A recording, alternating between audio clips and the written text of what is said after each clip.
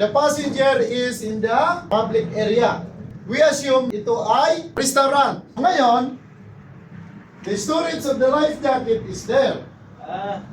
So kayo ang mag-i-issue ng life jacket. So somebody will stay there, isa dito, mag-guide pa ganon. Then, ang gagawin nyo, dito kayo papasok, i-guide nyo sila.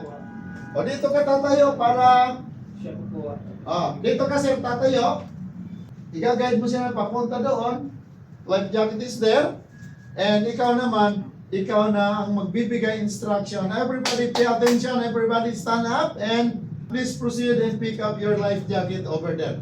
So, we must avoid touching the passenger. Naalala ko noon yung ibang mga ano eh. Sir, punta na doon. Hinahawakan. So, use a verbal communication. Do not touch the passenger.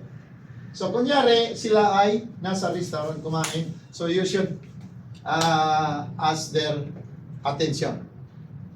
Hello everybody, I'm blah blah blah. Then please. Sige. Sir. Okay, doon ka sa malapit para... Yung ano sir?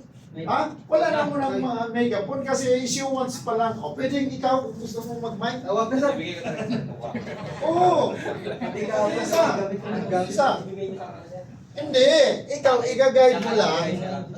Going to the life jacket locker and dito naman ang master station natin. Pagkatapos, then you should proceed going there.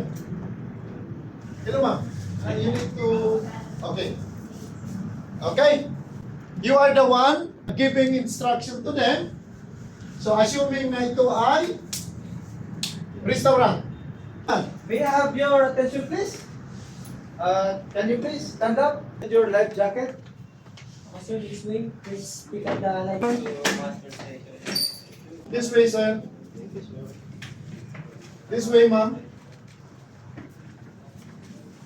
This way.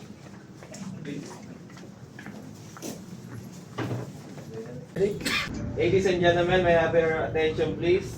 I am Adrian Das, your master station leader.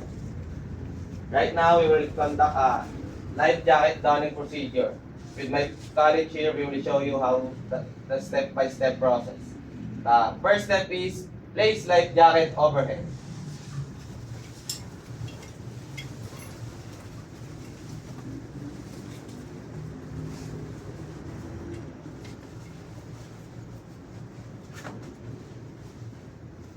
The second step is bring strap around body and fasten closure. Make sure it's closed.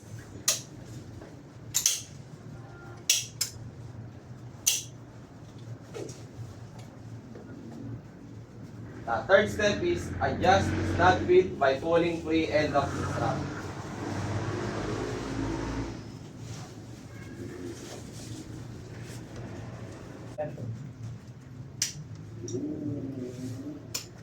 And the last step is check the whistle and the lights.